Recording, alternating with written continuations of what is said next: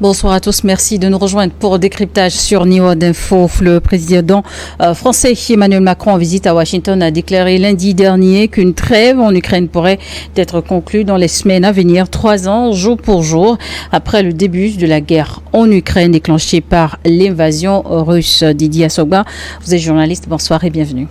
Bonsoir Charlotte, heureux d'être là. Et merci de nous rejoindre. Il s'agissait donc de la toute première rencontre entre les deux chefs d'État depuis le retour de Donald Trump au pouvoir. Que retenir donc de cette visite d'Emmanuel Macron à Washington ?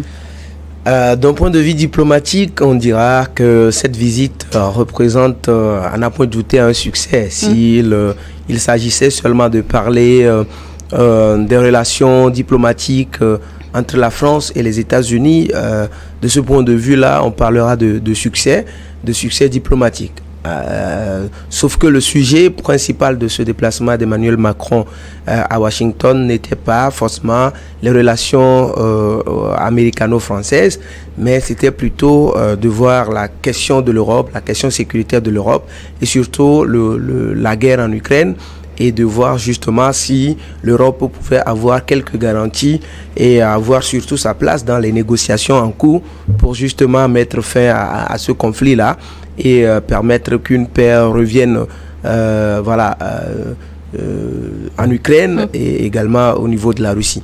Donc de ce point de vue-là, on dira que le bilan dans son ensemble est mitigé parce que Emmanuel Macron, avant de se rendre à Washington, avait fait plusieurs déclarations, avait fait beaucoup de promesses, avait été dans une position de plutôt quelqu'un qui allait à Washington pour arracher un certain nombre de succès, de choses des mains de Donald Trump, mais on se rend compte qu'à l'issue de cette visite-là, Emmanuel Macron s'était plutôt un peu accommodé des décisions et de la position de Donald Trump sur la crise en cours en Ukraine, et donc a dû à quelques exceptions près s'aligner derrière le schéma américain pour la résolution de la crise au niveau de l'Ukraine. Donc de ce point de vue là, c'est pas si fameux que ça. Donc dans l'ensemble, c'est une visite au bilan mitigé, on peut dire, succès diplomatique, d'accord, mais dans le fond reste encore beaucoup de chemin à faire pour justement qu'on parle de succès. La réalité donc affiche les désaccords entre les deux chefs d'État français et américains, notamment sur le dossier ukrainien. Mais est-ce que les bonnes relations d'amitié affichées entre les deux hommes à leur rencontre à Washington peut avoir un impact sur notamment la gestion de ce dossier justement ? Oui, les relations entre les deux hommes, on sait que c'est deux présidents si proches, qui ont quelques acquaintances. Et qui se connaissent. Qui se connaissent déjà, parce que Donald Trump a eu à exercer le pouvoir quand Emmanuel Macron était déjà en train de faire son premier mandat, président de la France. Donc oui, ça peut aider, mais vous savez, quand on parle de l'intérêt des États, ça va au-delà des personnes et des individus. Et ça, c'est toute la différence lorsqu'on parle des Occidentaux. C'est qu'ils arrivent toujours, quelle que soit la situation, à mettre l'intérêt de leur pays au-delà de leur personne. Et Donald Trump avait promis beaucoup de choses aux citoyens américains lors de la campagne électorale, que s'il viendrait au pouvoir, il devrait faire ci et ça, et notamment mettre fin à la guerre en Ukraine en quelques semaines grâce aux négociations et tout ça. Il avait promis un certain nombre de choses, a pris des engagements devant le peuple américain, et Donald Trump tient à tenir ses engagements, à tenir ses promesses. Donc, s'il faut tenir ses promesses et s'il faut brimer, s'il faut empiéter un peu sur les relations cordiales, des relations d'amitié qu'on peut y avoir avec un autre président. Les intérêts sont en jeu. Quand les intérêts des États-Unis, de l'Amérique sont en jeu, c'est pas une relation d'amitié entre Trump et Macron qui pourra venir sauver les meubles. Donc, à partir de ce moment-là, Donald Trump sait clairement ce dont les États-Unis ont besoin sur ce dossier-là et là où il devrait aller, parce que n'oubliez pas, les États-Unis étaient l'un des acteurs qui avaient poussé l'Ukraine au bout.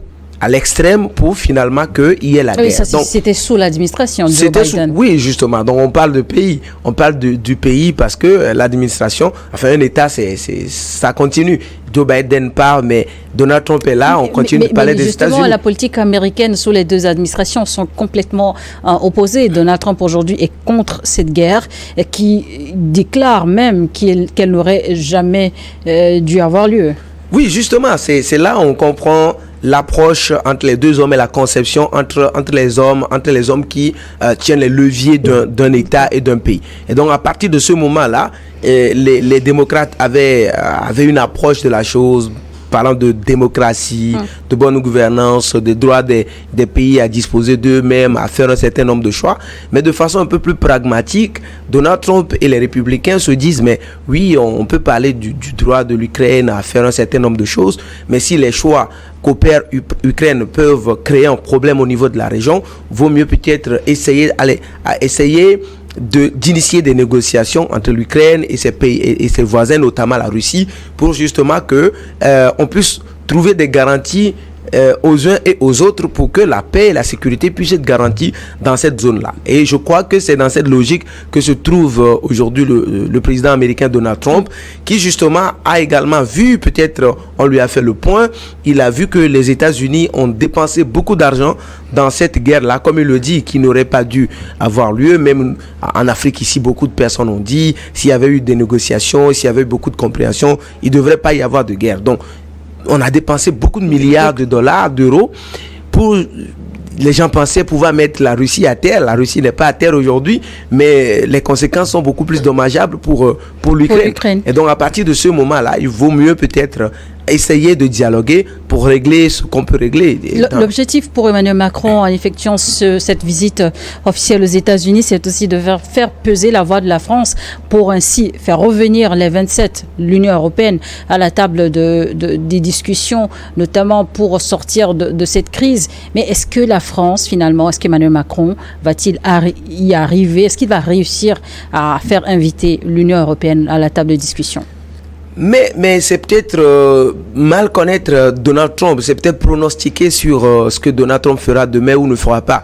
Et qui connaît Donald Trump sait que c'est quelqu'un d'assez imprévisible, et il a d'ailleurs dit, lui, ne tient qu'à des deals. Donc, est-ce que ce que la France est allée proposer, ce que Emmanuel Macron est allé proposer est assez séducteur pour Donald Trump, pour qu'il puisse céder sur un certain nombre de points? S'il fallait juste aller parler de l'Europe, pour parler de l'Europe, ça ne dira rien à un homme d'affaires, quelqu'un qui a fait des affaires. Également, il faut arriver à faire impliquer l'Ukraine concernée également dans les discussions. Mais justement, l'Ukraine fait partie de l'Europe, sur le continent européen, mais voilà, les États-Unis savent ce qu'ils feront avec l'Ukraine. Dans les semaines à venir, c'est clair, c'est un schéma déjà tracé avant même que Donald Trump ne prête serment. C'est un schéma qui est déjà en train d'être déroulé. Ils savent ce qu'ils feront avec l'Ukraine. Maintenant, si les Européens se sentent un peu exclus du deal, c'est peut-être que les États-Unis... Ils le sont jusqu'à l'heure. Ils le sont jusqu'à l'heure, ils sont exclus du deal. Ils ne sont pas invités à la table. Peut-être parce que les Européens, à un moment donné, n'ont pas joué le bon rôle. N'ont pas joué le bon rôle. Vous poussez quelqu'un à aller à l'extrême pour faire la guerre. Vous parlez d'un deal en connaissant justement le profil du président américain. Ce qui se passe à la table de discussion entre Vladimir Poutine et lui, est-ce finalement un deal ou des négociations pour parvenir à un accord? Vous savez, quand on parle de problèmes, quand on parle de guerre d'abord et des conflits entre États dans des régions, c'est une question de deal. Parce que c'est des intérêts qui sont en jeu. Dans cette histoire d'Ukraine, il y avait beaucoup d'intérêts en jeu. L'Ukraine voulait rentrer dans l'OTAN. La Russie dit, c'est une menace pour moi, pas question. Si vous voulez aller, on descend chez vous, on déclenche la guerre. On a vu justement que c'était cela. Donc, si on fait des deals et que la Russie se sent en sécurité et que tout le monde se sent en sécurité, mais ça passe. Les résolutions des guerres et des crises passent toujours par des deals. Ailleurs, on pourrait les appeler par des accords. Mais derrière des accords, c'est toujours des deals. Parce que j'ai eu ma part, parce que ce que je veux, je l'ai trouvé, et on pourra signer le papier.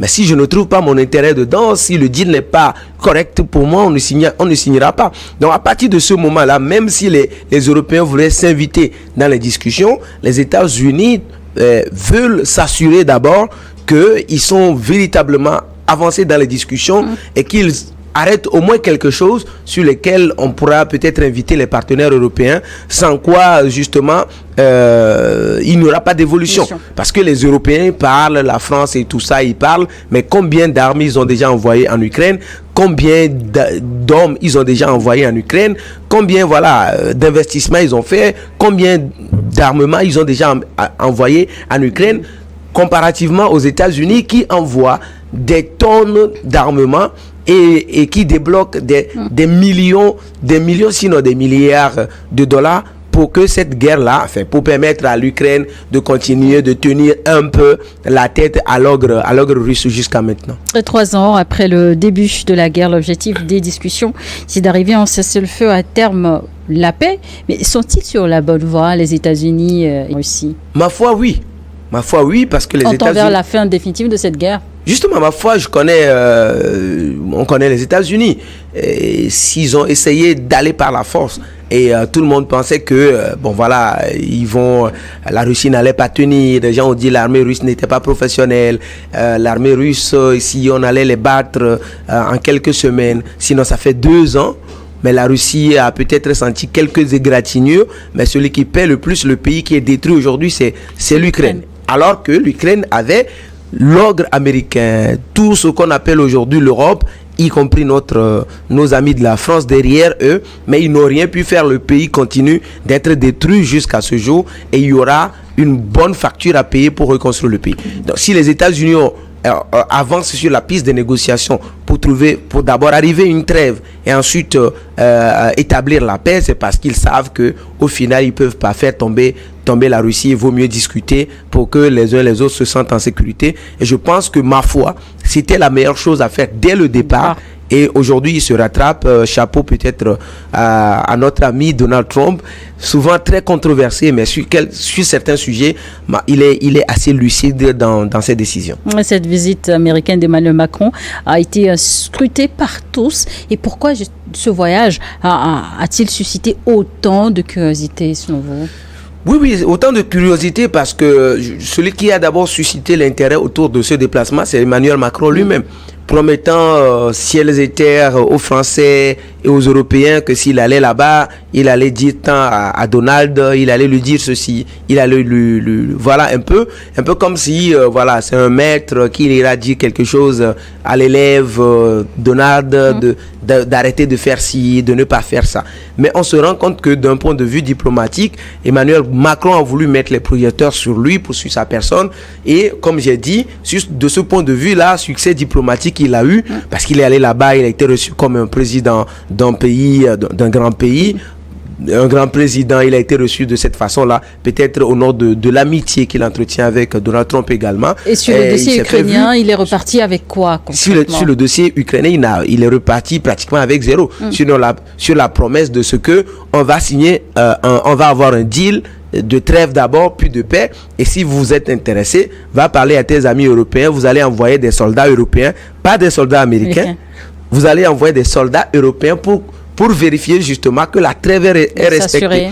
Avec des risques que les soldats européens là puissent perdre la vie au cas où le conflit venait à reprendre ou à dégénérer encore de nouveau. Donc, vous voyez que derrière, les Américains sont assez stratèges. Nous allons signer un accord. Bon, ok, si vous êtes intéressé, vous envoyez vos soldats pour surveiller, avec le risque que cela comporte de perte d'hommes et tout ça pour les armées européennes. Donc, voilà le piège qu'on a tendu finalement aux Européens et que Emmanuel Macron pourra dire, ok, on a obtenu quelque chose dans cette histoire-là, mais ma foi, c'est pas grand-chose qu'ils ont obtenu finalement. Alors, vous écoutez vos analyses, participation ou non de l'Union européenne, cela ne changera rien à la dynamique américaine. Oui, de toute façon, je pense un peu comme on dit chez nous, les Européens sont partis prendre le sang de quelqu'un pour mettre entre les jambes. Comme on dit chez nous, voilà, ceux qui comprendront, c'est un proverbe, c'est un proverbe togolais qui dit ça. En fait, l'affaire ne vous concernait pas, vous venez, vous en faites votre dossier, votre problème. Je pense que c'est le problème que les Européens ont eu, parce que cette guerre au niveau de l'Ukraine était une affaire entre les États-Unis et la Russie, qui faisait la guerre par procuration au niveau donc de l'Ukraine. Et les Européens se sont invités rapidement dans l'affaire là. Finalement, ils se rendent compte que ce n'est pas véritablement leur problème. Ils ont peut-être perdu quelques millions d'euros dans ce dossier-là, mais au fond, c'est pas leur problème. Ils connaissaient pas les causes, les tenants et les aboutissants. Aujourd'hui, ils connaissaient pas les tenants, mais ils se sont invités dans la guerre. Maintenant, aujourd'hui, les aboutissants décident. Maintenant, ils veulent également s'inviter, mais on vous dit, les tontons de l'Europe, attendez d'abord, on va régler l'affaire. Quand ce sera bon, on va vous inviter, bon, ok, pour les bonnes images, les bonnes poignées de main et tout ça. Vous allez venir, et je crois que c'est un peu dans ça que Emmanuel Macron voulait s'inviter, justement pour se donner un succès diplomatique, de l'image à l'international, pour dire, ah, je parle au nom de l'Europe, respectez quand même, moi c'est la France et tout ça. Mais bon, on sait que l'ogre au niveau de l'Europe, ce n'est pas la France, c'est notamment l'Allemagne, on en a parlé la dernière fois ici, d'un point de vue économique, même militaire et tout ça. La France fait beaucoup de bruit, mais on sait qu'il y en a plus puissant que la France. Pour la suite, reste à savoir si la trêve sera respectée. Il est annoncé que le président ukrainien se rende à son tour à Washington dans soit cette semaine, soit la semaine prochaine, pour justement que les négociations avancent afin que la signature naturellement d'un deal de trêve puisse intervenir dans les jours, dans les semaines à venir. Donc on scrute ce dossier de près. Merci Didier Assogba, journaliste. Merci d'être passé sur ce plateau pour décryptage. Merci à vous également de nous avoir suivis sur Niveau d'Info.